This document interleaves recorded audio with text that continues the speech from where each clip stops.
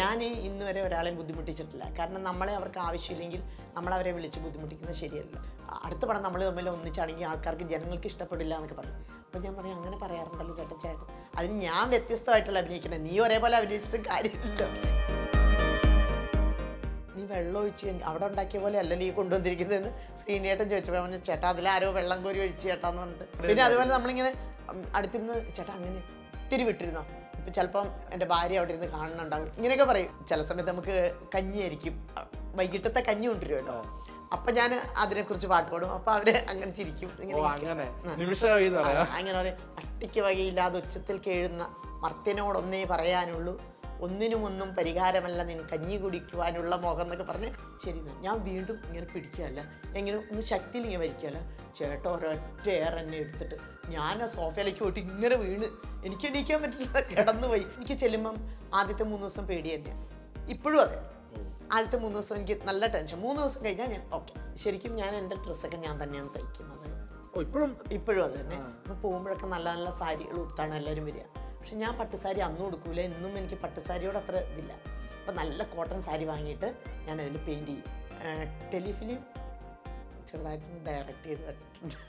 Very good. ഇപ്പൊ ഈ ഇങ്ങനത്തെ ചിരിക്കുന്ന ഒരു ഇൻസിഡന്റ് പോലെ എന്തെങ്കിലും ഒരു പേടിപ്പിക്കുന്ന ഞെട്ടിക്കുന്ന ഓർക്കുമ്പോൾ ഒരു ആന്തലോട് കൂടി ഓർക്കുന്ന ഇൻസിഡൻസ് അങ്ങനെ എന്തെങ്കിലും ഉണ്ടോ? അങ്ങനെ പറഞ്ഞാൽ നമ്മൾ ആദ്യമായിട്ട് ഞാൻ മീശമാധവൻ ചെയ്യാൻ ചെല്ലുമ്പം നമുക്ക് അമ്പിളിച്ചേട്ടൻ എന്നൊക്കെ പറഞ്ഞാൽ നമ്മളുടെ മനസ്സിൽ ഞാൻ ഫസ്റ്റ് കാണുകയാണ് ആളെ. അല്ല, ഞാൻ ഇതിൽ മറ്റേ പടത്തിൽ ഞാൻ ആദ്യമായിട്ടാണ് ആളുടെ കൂടെ അഭിനയിക്കാൻ ചെല്ലുന്നത്. അപ്പം ഞാൻ ഇങ്ങനെ കാണുമ്പോൾ നമ്മൾ കാണുന്നതിൻ്റെ അപ്പുറമുള്ളൊരു ആകെ സിനിമയിൽ കണ്ടിട്ടുള്ള ഒരു ഇതാണ്. ബ്ലാക്ക് ആൻഡ് വൈറ്റ് തൊട്ട് നമ്മൾ കണ്ടിരിക്കുന്നൊരു വ്യക്തിയുടെ കൂടെയാണ് ഞാൻ അഭിനയിക്കാൻ ചെന്നിരിക്കുന്നത്. അപ്പോൾ എനിക്ക് ഭയങ്കര പേടിയായിട്ട് ഞാൻ എങ്ങനെയാണെന്ന് ചോദിച്ചു. അപ്പോൾ ചേട്ടനെ ഇങ്ങനെ പിടിച്ചു വലിക്കുന്നൊരു സീനാണ്. ബനിയനി അതായത് കാവ്യയുടെ റൂമിലേക്ക് ചേട്ടൻ കയറി പോകുമ്പോൾ ഞാൻ പിടിച്ചു വലിച്ച് നിങ്ങൾ പോകരുത് എന്ന് പറഞ്ഞ് പിടിച്ചു വലിക്കുന്ന സീൻ. അപ്പം ഞാനിങ്ങനെ പതുക്കെ പിടിച്ച് മുറുക്കെ പിടിക്കാൻ പാടുണ്ടോ എന്ന് നമുക്കറിയില്ല. ഞാൻ കുറേ നേരം ചേട്ടൻ്റെ അടുത്ത് പറഞ്ഞു, നിങ്ങളൊരു കാര്യം ചെയ്യും, ശക്തിയിൽ വലിച്ചാലേ എനിക്ക് അഭിനയിക്കാൻ പറ്റുള്ളൂ, അപ്പം ഇങ്ങനെ പിടിച്ചു വലിക്കണം, ഇല്ലെങ്കിൽ ഞാൻ നിങ്ങളെ പിടിച്ചു വലിക്കും, ഏതാ വേണ്ടതെന്ന് തീരുമാനിച്ചു. ഞാൻ പിന്നെ ചെയ്തു. അപ്പം ലാലു എൻ്റെ അടുത്ത് വന്ന് പറഞ്ഞു, ചേച്ചി ഇങ്ങനെ ഒന്ന് പിടിച്ചു വലിക്കണം, വലിക്കുമ്പോൾ ചേട്ടൻ ഉന്തിയിടും, ഇതാണ് സീന് എന്ന് പറഞ്ഞു. ശരി, ഞാൻ വീണ്ടും ഇങ്ങനെ പിടിക്കുകയല്ല, ഇങ്ങനെ ഒന്ന് ശക്തിയിൽ ഇങ്ങനെ വലിക്കുകയല്ല, ചേട്ടൻ ഒരൊറ്റ എയർ എന്നെ എടുത്തിട്ട് ഞാൻ ആ സോഫയിലേക്ക് പോയിട്ട് ഇങ്ങനെ വീണ് എനിക്ക് എണീക്കാൻ പറ്റില്ല, കിടന്നുപോയി. കാരണം എന്താ വെച്ചാൽ നമ്മൾ വരിക്കുന്നതിനെ കണ്ട് ശക്തി ചേട്ടൻ അഭിനയിക്കുമ്പോൾ ആ ഒരു രീതിയിലാണല്ലോ. പിന്നെ ഞാൻ പഠിച്ചു ചേട്ടൻ എന്തൊക്കെ കാണിക്കുന്നത്. ചേട്ടൻ അപ്പോഴും ഉണ്ടാക്കുമല്ലോ. അപ്പം നമ്മളിങ്ങനെ ചേട്ടൻ എന്താ ചെയ്യുന്നത് നോക്കി ഇങ്ങനെ നിൽക്കും. ഞാൻ അപ്പം ഞാൻ ഇങ്ങനെ നോക്കി നിൽക്കും ചേട്ടനോട്. ഈ പെട്ടെന്ന് പറഞ്ഞാൽ നമുക്ക് ഈ അമ്പിളിച്ചേട്ടനോട് 16 സിനിമകളോളം ഏറ്റവും കൂടുതൽ എനിക്ക് അതിശയം എന്ന് വെച്ചാൽ ഞാൻ ചേട്ടനോട് ചോദിച്ചിട്ടുണ്ട്, ചേട്ടൻ എപ്പോഴും തമാശയാണ്. ഞാൻ ചേട്ടൻ്റെ കൂടെ ഞാൻ 16 പടക്കം അഭിനയിക്കുമ്പോൾ ചേട്ടന് ബോറാകത്തോന്നില്ല. പിന്നെ വേറെ ചില ആൾക്കാരുടെ കൂടെ അഭിനയിക്കുമ്പോൾ അവർ പറയും അടുത്ത പടം നമ്മൾ തമ്മിൽ ഒന്നിച്ചാണെങ്കിൽ ആൾക്കാർക്ക് ജനങ്ങൾക്ക് ഇഷ്ടപ്പെടില്ല എന്നൊക്കെ പറയും. അപ്പം ഞാൻ പറയും അങ്ങനെ പറയാറുണ്ടല്ലോ ചേട്ടൻ. അതിന് ഞാൻ വ്യത്യസ്തമായിട്ടല്ല അഭിനയിക്കണേ, നീ ഒരേപോലെ അഭിനയിച്ചിട്ടും കാര്യമില്ലല്ലോ, ഇങ്ങനെയൊക്കെ പറയും. അപ്പം ഞാൻ ഓ അതായിരിക്കില്ല. എനിക്ക് മീശമാധവന്റെ ഒരു വിജയം തന്നെയായിരിക്കും ഇത്രയും പടങ്ങൾ ഒരുമിച്ച് പിന്നെ ആ കോമ്പിനേഷൻ വരാൻ വേണ്ടിയിട്ടുള്ള ഒരു റീസൺ അത് കിട്ടിയതും പിന്നെ നമ്മളെ ജനങ്ങൾക്ക് ഇഷ്ടപ്പെട്ടിട്ടുണ്ടാവും. ആണ് അവരുടെ സ്നേഹമാണല്ലോ നമ്മളെപ്പോഴും നിർത്തിക്കൊണ്ടു പോകുന്നത്. തീർച്ചയായിട്ടും. ഈ അടുത്ത ചോദ്യം എന്ന് വെച്ച് കഴിഞ്ഞാൽ നമ്മൾ ഇപ്പൊ അതിനൊരു പ്രസക്തമല്ല, പക്ഷെ കരിയറിന്റെ ഒരു സ്റ്റാർട്ടിങ് സ്റ്റേജിൽ ഇത്രയും ആൾക്കാരുടെ കൂടെ അഭിനയിക്കാൻ പറ്റും. ഇപ്പൊ ജഗദീശേട്ടന്റെ കാര്യം പറഞ്ഞു. ഇപ്പൊ ആദ്യമൊക്കെ അഭിനയിക്കുമ്പോൾ ആദ്യത്തെ ഒരു 10 പടം കൂട്ടിക്കോ, നമ്മള് കണ്ടു പഠിക്കാവുന്ന സാധനം ഇവരെന്തായിരിക്കും ചെയ്യണത്, ഇവരെങ്ങനെയായിരിക്കും നോക്കണം, ഞാൻ എങ്ങനെ റിയാക്ട് ചെയ്യണം, ക്യാമറ. എനിക്ക് തോന്നുന്നൊരു 4ാമത്തെ പടമാണ് പരദേശി.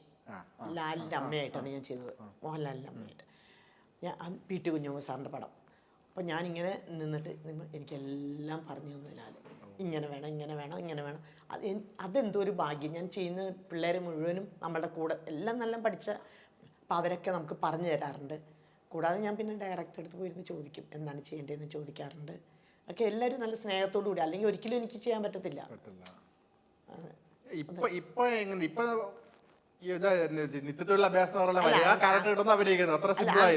അങ്ങനെ പറയാൻ പറ്റത്തില്ല. എന്നാലും എനിക്ക് ചെല്ലുമ്പം ആദ്യത്തെ 3 ദിവസം പേടി തന്നെയാണ്, ഇപ്പോഴും അതെ.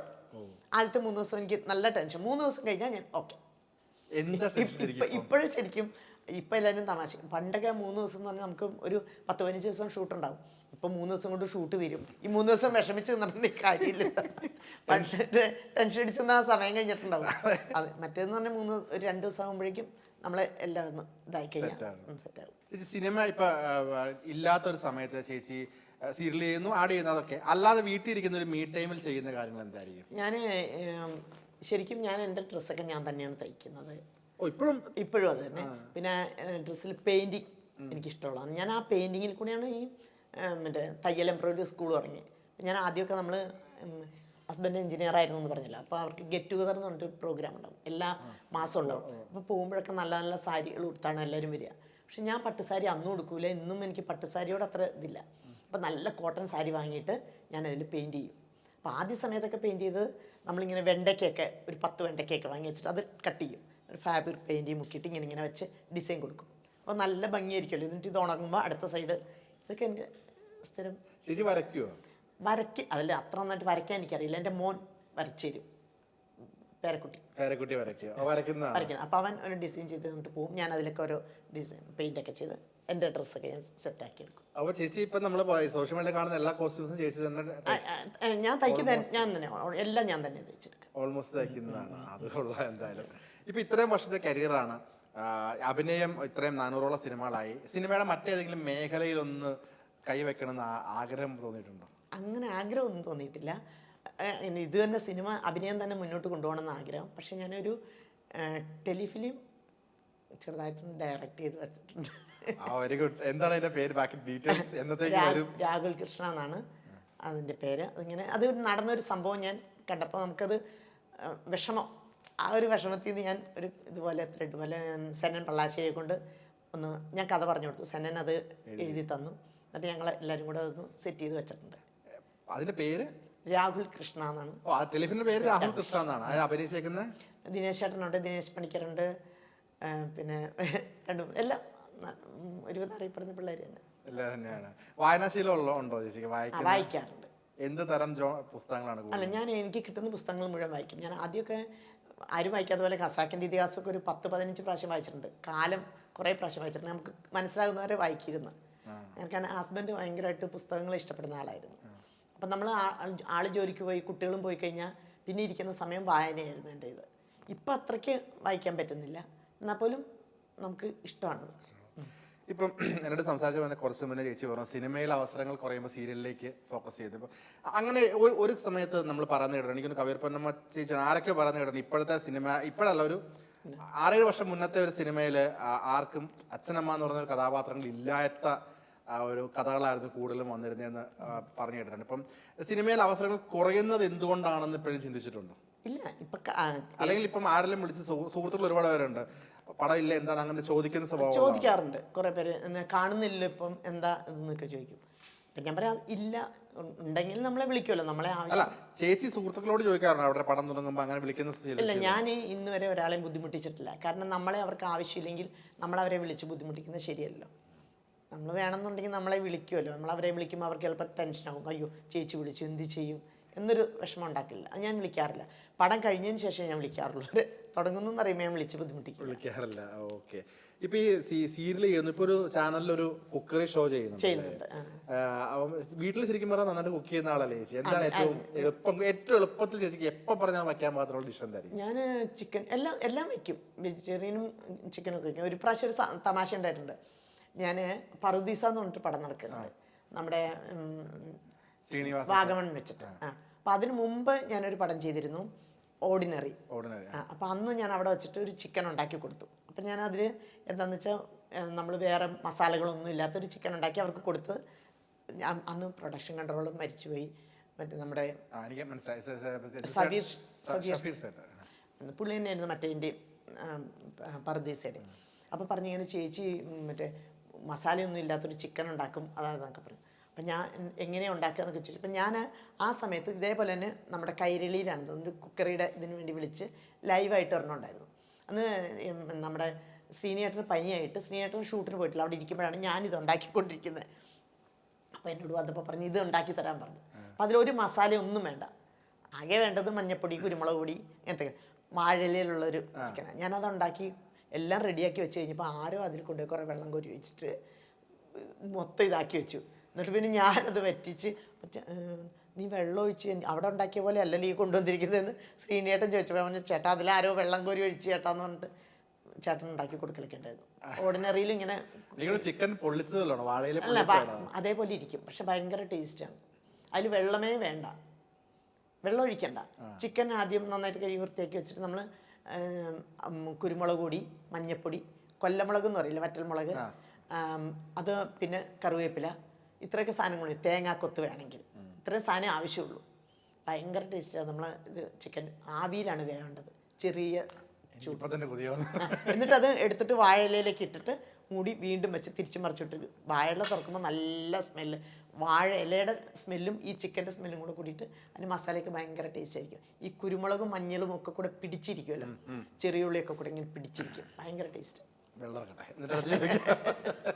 ചേച്ചി ഇപ്പൊ ശ്രീനിവാസൻ സാറിന്റെ ചിക്കൻ കറിയൊക്കെ നമ്മൾ പറഞ്ഞു. അപ്പൊ ഇപ്പൊ കുക്കറി ഷോയെ പറ്റി നമ്മൾ സംസാരിച്ചു. കുക്കറി ഷോ എന്ന് പറഞ്ഞ പ്രോഗ്രാം ഞാൻ ചെയ്യുന്നുണ്ട്. എനിക്ക് യമുന ആണ് എന്നെ അതിലേക്ക് ആക്ട്രസ് അല്ലല്ല, യമുനയാണ് അതിന്റെ പ്രൊഡ്യൂസർ. യമുനയാണ് എന്നെ അതിലേക്ക് വിളിച്ചത്. ഒരുപാട് റിസ്ക് എടുത്തിട്ടാണ് ഞാനത് ചെയ്തുകൊണ്ടിരിക്കുന്നത്. യമുനയ്ക്ക് നല്ല ഇതുണ്ട്, കാരണം എൻ്റെ ഫസ്റ്റ് ഷോ ആണല്ലോ, ഞാൻ അങ്ങനത്തെ ഷോ ഇതുവരെ ചെയ്തിട്ടില്ല. അപ്പോൾ യമുന അവിടെയുള്ള എല്ലാവരും നല്ല സഹകരണമാണ്. അപ്പോൾ അതിലാണ് ഞാൻ ആ കുക്കറി ഷോ മുന്നോട്ട് കൊണ്ടുപോകുന്നത്. ഞാൻ പറയട്ടെ ചേച്ചി, ഈ അമ്മവേഷത്തിൽ നിന്നൊരു ഒരു ഒരു മോചനം അല്ലെങ്കിൽ ഒരു നെഗറ്റീവ്സ് അങ്ങനെ എപ്പോഴും ചിന്തിച്ചിട്ടുണ്ട്? എല്ലാം അമ്മവേഷം തന്നെയാണ് വരുന്നത്. അല്ല, എനിക്കിഷ്ടം അതാണ്. കാരണം ഇഷ്ടം എന്നല്ല, നമുക്കത് ചെയ്യാനും പറ്റും, നമുക്ക് നമ്മളുടെ കുട്ടികളുടെ കൂടെ, അല്ലാതെ അത് മാറി വേറെ.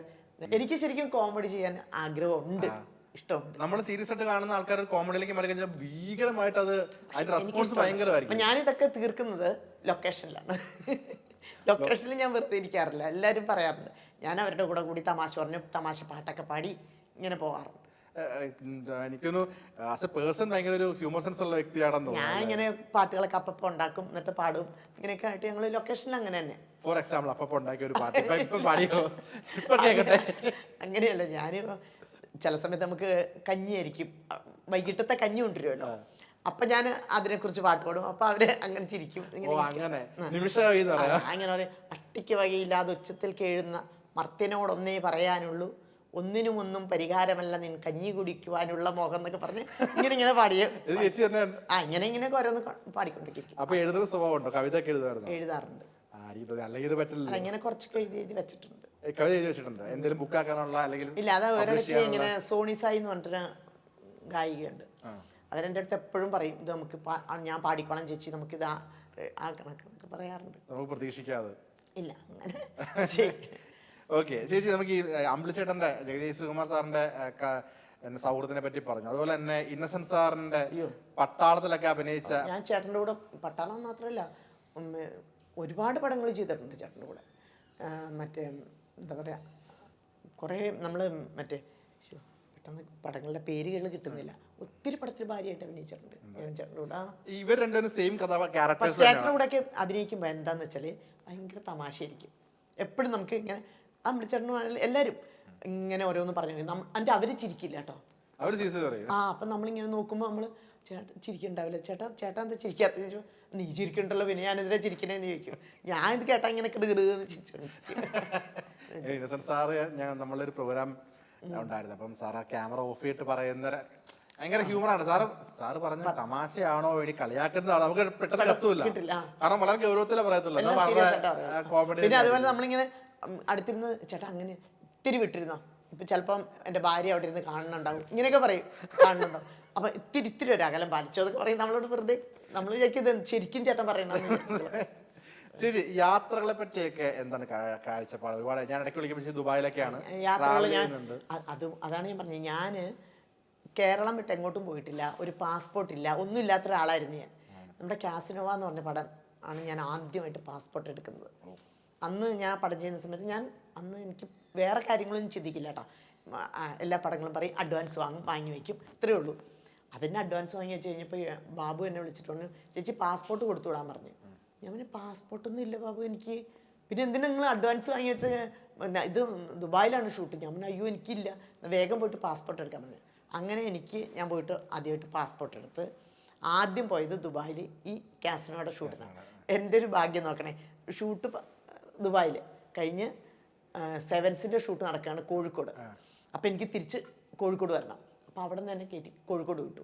ഞാൻ വീണ്ടും ഞാൻ ദുബായിക്ക് പോയി. അപ്പോൾ എൻ്റെ പാസ്പോർട്ടിൽ ഇതിങ്ങനെ അടിച്ചോടി. എനിക്ക് ഭയങ്കര സന്തോഷം. ഞാൻ പോകാത്ത പിന്നത്തെ ബാങ്കോക്ക് ആയിരുന്നു കാസിനോയുടെ ബാലൻസ് ഷൂട്ട്. അപ്പോൾ അവിടെ പോയി തിരിച്ചു വന്നു. പിന്നെ കൗബോയ് മലേഷ്യയിലായിരുന്നു ഷൂട്ട്. അപ്പോൾ അവിടെ പോയി. അങ്ങനെ ഇരിക്കുമ്പോഴേ USA ഒരു ഷോയ്ക്ക് വേണ്ടി വിളിച്ചത്. അങ്ങനെ USA പോയി. അന്ന് 12 രാജ്യങ്ങൾ ഷോ ചെയ്ത് തിരിച്ചു.